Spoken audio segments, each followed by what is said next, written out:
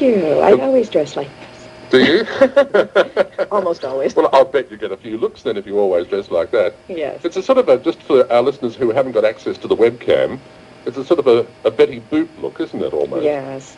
Yes, it is. The red lipstick, the bow in the hair. Oh, the whole lot. The stripy shirt, the suspenders. This is 1940s, is that correct? Yeah, I'm sort of a 30s/40s girl. Right, okay. Yeah. How did you get into swing dancing?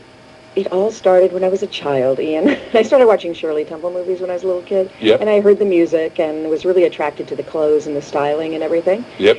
And my dad taught me my first basic Lindy steps when I was a little kid. But it really didn't start until about 1996 when I saw some English swing dancers, believe it or not even in America. I saw them in England. Yep. A group called the Jiving Lindy Hoppers, and I decided then and there that I just had to do it. Now, the Lindy Hop is a dance. Describe to us. The Lindy Hop is actually just the name of the original American swing dance, and it started back in 1928 when Charles Lindbergh crossed the Atlantic Ocean. Oh, yes. Yep. They called him Lucky Lindy because he successfully crossed the Atlantic Ocean. Yep. And they called that Lindy's Hop. And so a lot of things at that time got named after that journey. The dance as a result. Exactly. One guy, Shorty Snowden, was in a dance contest in 1928, and he was doing this new-fangled dance, and when they asked him what he was doing, he said, I'm doing the Lindy Hop. Why he said that, we'll never know, but that's how the dance got its name. Are there strict guidelines about the moves? I would say that there's a set of vocabulary that's part of the dance, and then like jazz, you actually have a lot of freedom within the structure. Yep. So it's sort of we like to say it's a 3-minute menage a trois, so to speak, between you and your partner and the music. So the man is the leader, the woman is the follower. It's actually not gender specific, it's whoever stands on the left. Yep. But traditionally it's the fella, and the lady follows, and then they just, he has the set of moves that he can call from and then improvise off of that.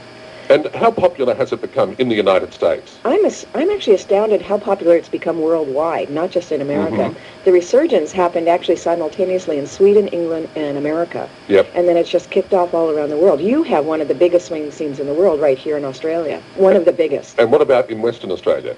One of the biggest as well. You have about 200 swing dancers right here, Lindy Hoppers, and that's what's specific about it. It's Lindy Hop, which is this specific 1930s and 40s dance. So you've got about 200 Lindy Hoppers right here in Perth who are excellent, really, really wonderful. How difficult is it to pick up?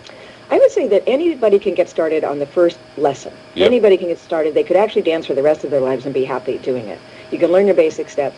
And then to become really, really good at it, I think it takes about a year or two. And then to become really, really, really, really, really good, maybe 6 or 7 years. Right. It's a wonderful dance in that it's very layered. You can be happy. You basically see the same smile on the person who's on their first day as you do on the person who's been there for 10 years. How fit do you have to be? Well, at the beginning, not very. But it makes you more fit? Yes. Because I'm thinking to myself, you think back to dances like the Charleston and the Jitterbug, they are very exhausting to do.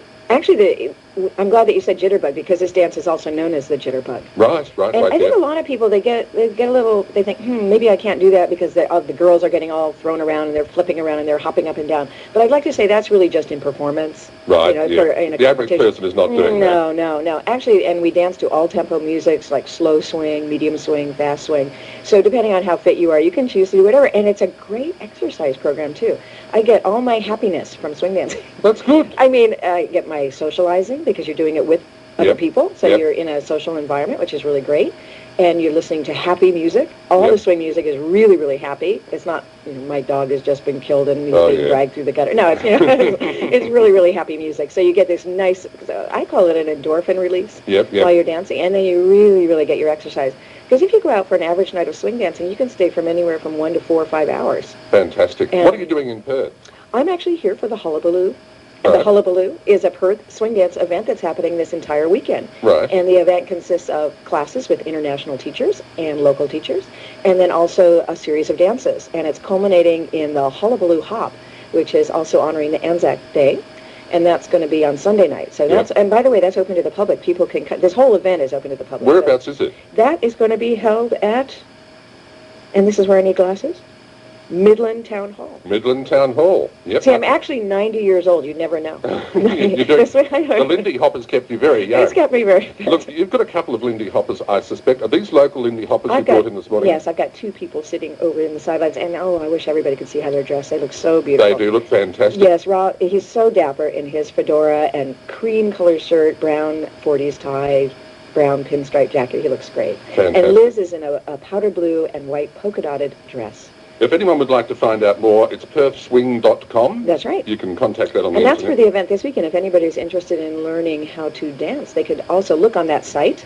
Yep. And there's a local school. See, the Perth Swing Dance Society, which is organizing this event, is a nonprofit organization to actually focus on the Lindy Hop, the swing dancing, the jitterbug, as you call it, and also swing music in a social environment. And all the workshops are being held at King Street Arts Centre in Murray Street.